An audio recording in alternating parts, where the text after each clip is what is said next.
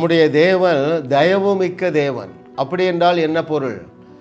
எல்லா இடங்களிலும் தயவு கிடைக்க பண்ணுகிற தேவன், எல்லாருடைய கண்களிலும் தயவு கிடைக்க பண்ணுகிற தேவன். அவரை குறித்து நாம் அறிந்து கொள்ள போகிறோம். அந்த டிவைன் ஃபேவரை நீங்கள் என்ஜாய் பண்ணுவீர்கள் என்று கர்த்தர் சொல்லுகிறார்.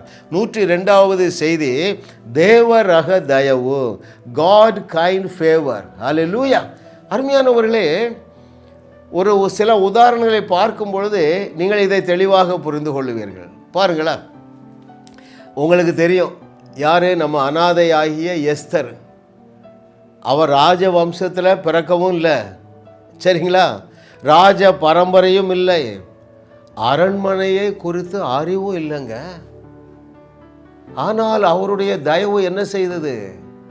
அட்ரஸே இல்லாத, அடிமையாக இருந்த ஒரு தாய் தகப்பன் இல்லாத பிள்ளையை சிங்காசனத்தில் உட்கார வைத்த அந்த தேவ தயவு இந்த நாளிலிருந்து உங்களுக்கு கிரியை செய்யும் என்று கர்த்தர் சொல்லுகிறார். ஆமென்.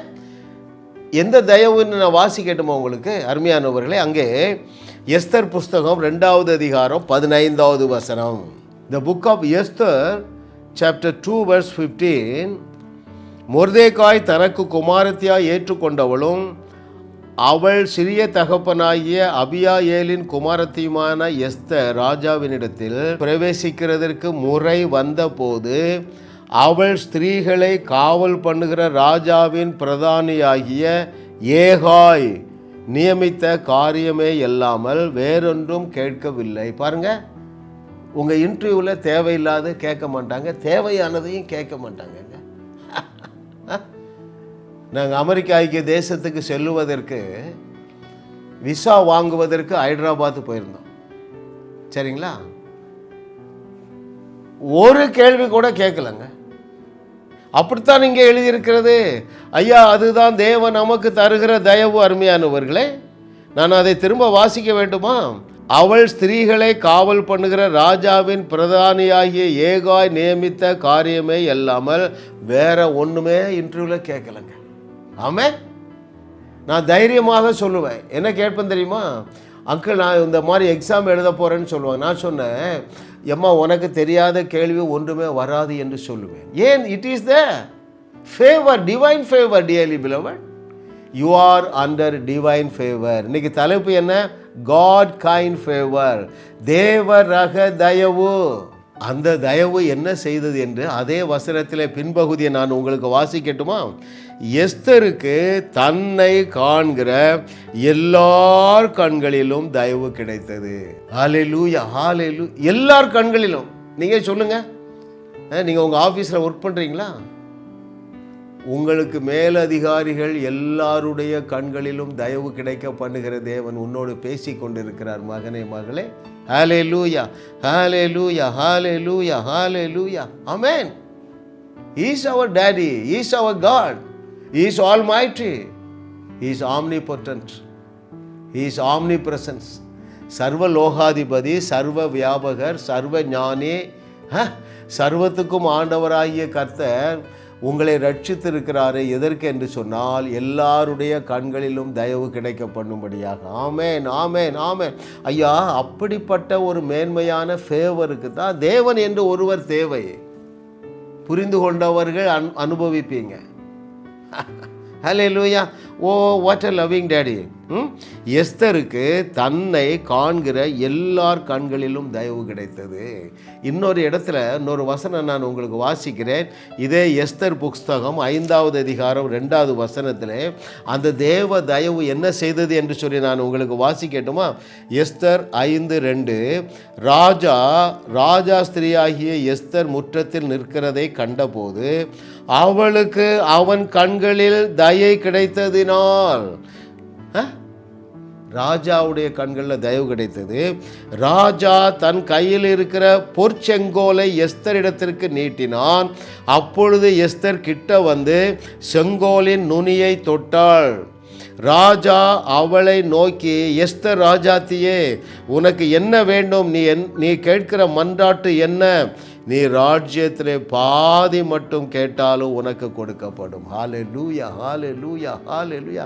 Dearly beloved, the same divine favor is surrounded you. உன்னை சுற்றி இருக்குதுப்பா அந்த தேவ தயவு. ஆமென். கர்த்தர் நல்லவர் நல்லவர் நல்லவர். இந்த நாளில் உங்கள் கண்களில் இருக்கிற அவிசுவாசமெல்லாம் விழப்போகுது. அந்த செதில்கள் இந்த நிஜத்தை அறிய முடியாதபடி உங்களுடைய மனக்கண்களை குருடாக்கி உங்கள் கண்களை செதில்களில் நான் நிறைத்து வைத்திருக்கிறான இயேசுவின் நாமத்தினால பிசாசை என்னுடைய பிள்ளைகளை விட்டுவிடு. இவர்கள் தேவனுடைய கரத்தினாலே தேவனுடைய சமூகத்தில் எந்த அளவு தயவு பெற்று இருக்கிறார்கள் என்கிற நிஜத்தை இவர்கள் அறிந்து ஏற்றுக்கொள்ளுவார்களாக. ஆமென் ஆமென் ஆமென். ஹல்லேலூயா ஹல்லேலூயா ஆமென். அந்த தயவு என்ன செய்தது? எம்மா எனக்கு 127 தேசம் இருக்குது, ஒரு 64 தேசத்தை வேணாலும் உனக்கு தந்துடுறேங்கிறாங்க. The supernatural blessing of God kind favour. Hallelujah. அதனால தான் நான் அடிக்கடி சொல்கிறேன், கர்த்தரை தெய்வமாக கொண்ட நாம் பாக்கியவான்கள். ஏனென்றால் அந்த எஸ்தருக்கு கொடுக்கப்பட்ட தயவு நமக்கு உண்டு. அருமையானவர்களே, இன்னொரு உதாரணம் ஒன்றை பார்த்து நாம் முடிப்போம். பாருங்கள், தாவீது, அவன் ஒரு நாளும் அரண்மனையை கற்பனை செய்யவே இல்லை, ஒரு நாளும் அரச பதவியை ஆசைப்படவும் இல்லை, அரசாங்க ஸ்மெல்லே இல்லை. அவங்க அண்ணன்மாராவது அரசாங்க வேலையில் இருந்தாங்க, இவனுக்கு இருந்த வேலை ஆடு மேய்க்கிற வேலை. எப்படிங்க ஆடுகளின் பின்னாக போய் கொண்டிருந்தவனை தேவன் அரசனாக்க முடிந்தது என்றால் அது அவருடைய தயவு. அவருடைய தயவு என்ன செய்தது என்றால், அந்த நாட்களிலே இருந்த, அதாவது சவுல் ராஜாவின் நாட்களில் இருந்த மக்கள் எல்லாரும் சவுல் மரித்து போன பிறகு இவனை எல்லாரும் தூக்கிட்டு போய் சிங்காசனத்தில் உட்கார வச்சுட்டாங்கன்னு ஒரு வசனம் இருக்குங்க. நான் இப்பொழுது வேறொரு வசனத்தை வாசிக்கிறேன். 1 சாமுவேல் 18வது அதிகாரம் 5வது வசனம். அங்கே 1 சாமுவேல் 18:5, தாவீது சவுல் தன்னை அனுப்புகிற எவ்விடத்திற்கும் போய் புத்தியாய் காரியத்தை நடப்பித்ததினால் சவுல் அவனை யுத்த மனுஷரின் மேல் அதிகாரியாக்கினான். அவன் எல்லா ஜனத்தின் கண்களுக்கும் சவுலுடைய ஊழியக்காரரின் கண்களுக்கும் கூட பிரியமாயிருந்தான். அந்த பிரியத்தை உண்டாக்கினது தேவதயவு. அல்லேலூயா ஆமென். கர்த்தர் நல்லவர் நல்லவர். பாருங்க, that is the provision out of the grace, right? கிருபை என்றால் என்ன? It is his unconditional love, it is his unconditional qualification. தேவன் நம்ம எல்லாம் தகுதிப்படுத்தி தேவர்களாக வைத்திருக்கிறாரு. அந்த தகுதியை தந்தது எது? அது அவருடைய கிருபை. அந்த கிருபை என்ன செய்கிறது என்றால் நமக்கு தயவையும் தருகிறது. எல்லாருடைய கண்களிலும் தயவு. அப்படி என்றால் என்ன பொருள்? உங்கள் கணவன் கண்களில் தயவு கிடைக்குங்க. என்னுடைய செய்தியை கேட்டு அநேக குடும்பத்திலே சமாதானத்தை அனுபவிக்கிறார்கள். எதிரும் புதிருமாக இருந்த கணவன் மனைவிமார் இப்பொழுது மகிழ்ச்சியோடு குடும்ப வாழ்க்கையை நடத்துகிறார்கள். காரணம் என்ன தெரியுமா? சத்தியத்தை சரியாக அவர்கள் கற்றுக்கொள்ளுகிறார்கள். நம்முடைய ஸ்லோகன் என்ன? அவர்களும் வாழ்கிறார்கள், வையகத்தையும் வாழ வைக்க துவங்குகிறார்கள். அருமையானவர்கள், ஏனென்றால் உங்களுக்கு ஏராளம் தாராளமாக தயவு உங்களுக்கு உண்டு. அது தேவரக தயவு. அந்த தயவை நீங்கள் பெற்றுக்கொள்ள காரணமாய் இருந்தது அவருடைய கிருபை. அந்த கிருபை இந்த தயவை பெற்றுக்கொள்ளத்தக்கதாக உங்களை தகுதிப்படுத்தி தேவனுடைய இருதயத்தில் நீங்கள் இடம் பிடித்தீர்கள். ஹல்லேலூயா. கர்த்தரை தெய்வமாக கொண்ட நாம் பாக்கியவான்கள். அருமையானவர்களே, அவர் பட்சபாதம் இல்லாத தேவன். அந்த எஸ்தருக்கு தயவு செய்த தேவன். அந்த ஆட்டிடையன் அவன் யாரு? கொலை செய்தவன், இன்னொருடைய மனைவியை இச்சித்தவன். அவனுக்கு தேவனுடைய கண்களிலே கிருபை கிடைத்ததினாலே எல்லார் கண்களிலும் தயவு பெற்றான். அதை குறித்து வேதம் என்ன சொல்லுகிறது என்று சொல்லி வாசிக்கிறேன். The book of Isaiah chapter 55 verse 3, memorise word. நீங்கள் இதை மெமரி பண்ணணும், அல்லது அந்த நம்பரையாவது ஞாபகம் வைத்துக் கொள்ளுங்கள். ஐயா, அந்த தாவீதுக்கு அருளப்பட்ட கிருபையை உங்களுக்கு ஏராளம் தாராளமாக கொடுத்து விட்டார். ஏசாயா 55:3 வாசிக்கிறேன். உங்கள் செவியை சாய்த்து என்னிடத்தில் வாருங்கள், கேளுங்கள், அப்பொழுது உங்கள் ஆத்துமா பிழைக்கும்.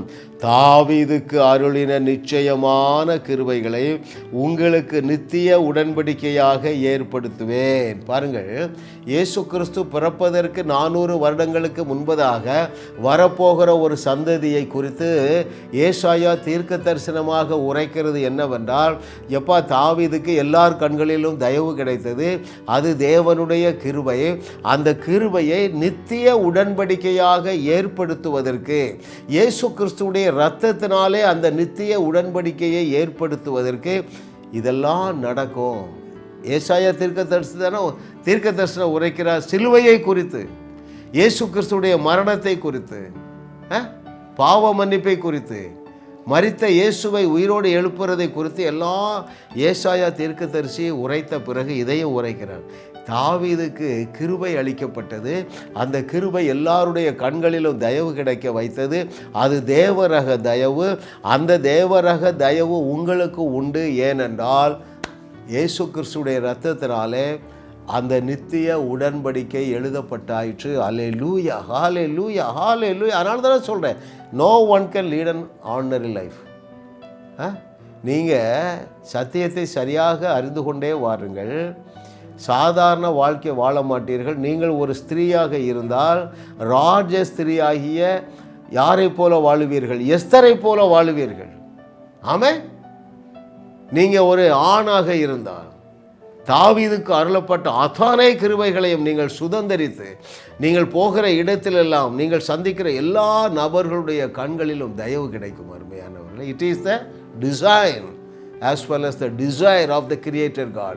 உங்களை சிருஷ்டித்து உங்களை ரட்சித்த உங்கள் தகப்பனாகிய தேவனுடைய விருப்பமே என்னவென்றால், தேவ ரக தயவினால் நீங்கள் நடத்தப்பட வேண்டும். அது சாத்தியம். அது தொடங்கிட்டு சத்தியத்தை நீங்கள் சரியாக அறிந்து கொண்டே வந்தால் போதும். அருமையானவர்களே, சாதாரண வாழ்க்கையை வாழ முடியாதுங்க. ஹல்லேலூயா, ஹல்லேலூயா, ஹல்லேலூயா. 5 விதமான தேவ ரக வாழ்க்கையை நம்ம தியானிக்க போகிறோம். இன்றைக்கு 2வது வாழ்க்கை என்னவென்றால், இதை கேட்டுக்கொண்டிருக்கிற தெய்வ மகனே, தெய்வ மகளே, உனக்கு தேவ ரக தயவு உண்டு.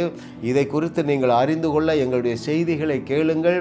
அப்பொழுது நீங்கள் சத்தியத்தை சரியாக அறிவீர்கள். அது உங்களுக்கு விசுவாசத்தை கொடுக்கும்.